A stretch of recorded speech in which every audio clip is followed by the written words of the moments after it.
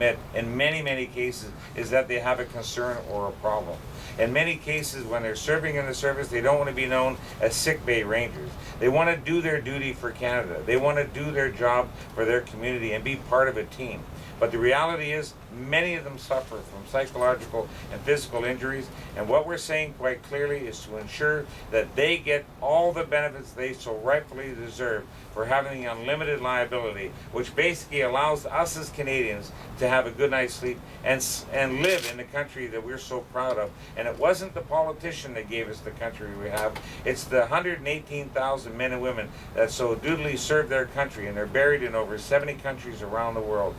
They're the legacy that we were trying to build on, and we believe that Veterans Affairs can do a much better job in looking after the men and women that serve our country by making the processes even more streamlined, by eliminating the Veterans Review and Appeal Board, no more political appointees to that board, and use that money to improve the programs and services, and start trusting the veteran for once in the RCMP member. Trust them that when they have the medical evidence, that should be all that they need in order to apply for the benefit. So at this time, I invite my colleague Sylvain Chicoin to say a few words en français. Merci. Merci, Peter. J'ai l'honneur aujourd'hui d'appuyer mon collègue dans le dépôt d'un projet de loi qui fait écho en quelque sorte au rapport de l'Ombudsman, M. Guy Parent, qui a démontré dans son rapport déposé au mois de mai de cette année que le tribunal des anciens combattants ne sert effectivement pas les intérêts des anciens combattants. Le rapport donc de l'Ombudsman a révélé que les anciens combattants étaient traités de façon injuste et laissés dans le noir à propos des décisions rendues par le tribunal.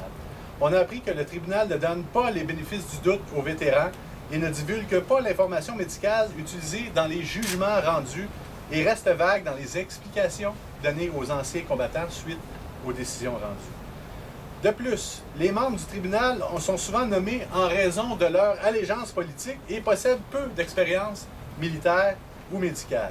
Les vétérans, donc, se sentent floués par ce système qui semble travailler plutôt au profit, dis-je, du ministère des Anciens combattants plutôt que pour les intérêts des vétérans.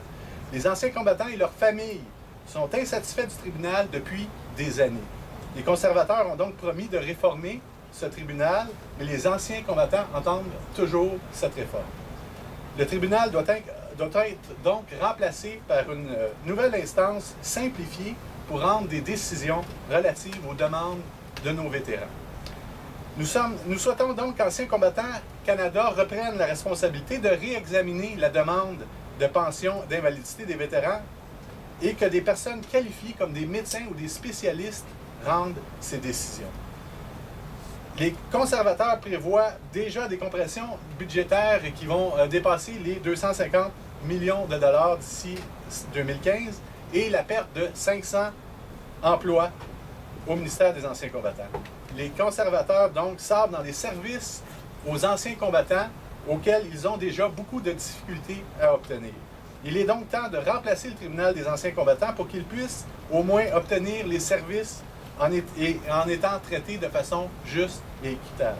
Nos anciens combattants méritent donc d'obtenir les prestations qui leur reviennent et il est temps pour le gouvernement de Stephen Harper de remplacer ce tribunal. Merci. Merci, Sylvain. Now, Mr. Georges Villeneuve, a veteran, is going to describe his particular experience with the Veterans Review and Appeal Board. And this gentleman is just one of the many thousands of veterans and RCB members and their families across the country who've had to deal with this agency. So, George, please. Hello, everybody. My name is George Villeneuve. I served in the service for 22 years. I'm a resident here in Ottawa.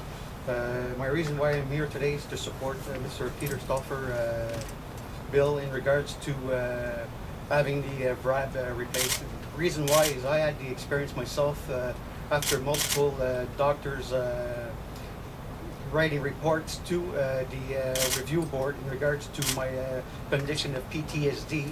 The review board constantly turned down the letters that the doctors were providing, up to a certain time where I had to bring the doctor himself to one review board to be able to justify the letter that he had written to me to the board, so that they could clarify and say yes, he is suffering from PTSD, and she had to be present at that review board to certify that the letter she had written was right.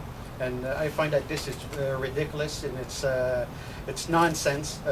You know, you feel that the government should be there to help veterans, and you're constantly having a battle and always have to justify in multiple times, and you know, you're always being denied by people that are not medical people in regards to what the doctors are saying. So because of that, you know, a lot of us are suffering, and because also of that, there's a lot of the guys that wants to get a reply negative from VRAB, well, they just decide to stop, and their condition worsens and worsens. And a lot of these people do commit suicide because they didn't have help in the long run. And it's just because some people sitting behind a chair that is not a doctor is contesting the letter that a doctor officially wrote, saying that this person is in need and he has problems and you should recognize it, but still they don't recognize it. If you have to bring a doctor every time you go to the VRAB, I think there's a major issue there that should be resolved. Thank you very much, George. And I just wanted to reconfirm that I did this with consultation of many veterans organizations and individuals, and this is where a lot of the advice has come from. And the reality is, if you look at the case in Nova Scotia, in Greenwood, Nova Scotia, of Steve Dornan, for 9 years he fought the government. He was a sergeant in the military that served in Bosnia, that complained, concerned of his cancer that he had, and he suspected it came from depleted uranium. VRAB consistently, over and over and over again, said no. He had to finally go to the federal courts, and the federal courts ordered VRAB to do it once again because of the fact that, in their view, they were not, I'm paraphrasing the federal court decision, they were not medically qualified to analyze the medical information. So VRAB washed their hands of it, sent the file back to the minister, and then the minister, just before the election, allowed Mr. Dornan to have his benefit.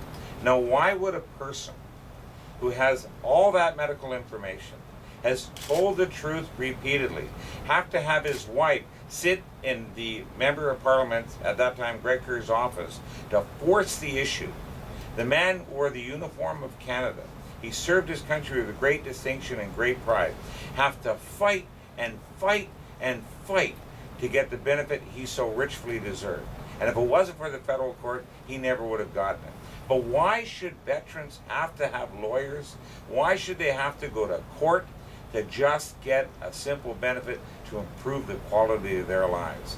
We think these days it's time to stop that, eliminate the Veterans Appeal Board, apply the benefit of the doubt in a generous manner, and trust the veteran and RCMP member with their peer-reviewed medical evidence to ensure that they get the benefit and the help they so richly deserve.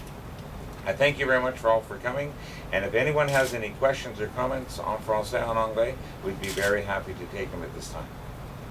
What's your replacement for the VRAB? I'm sorry, madam? What would be the replacement?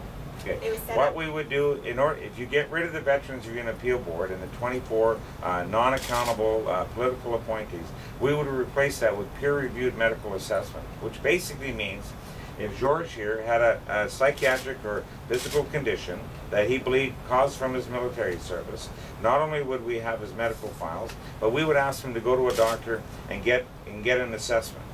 And then, just to protect the so-called integrity of the system, we would ask them to get a second opinion. And if both those medical professionals indicated that yes, we believe his current condition may have resulted from military service, that's it. Then the person gets his benefit. He wouldn't have to bring his doctor, which I'm sure just loved appearing for a VRAB board, to question their own medical documents.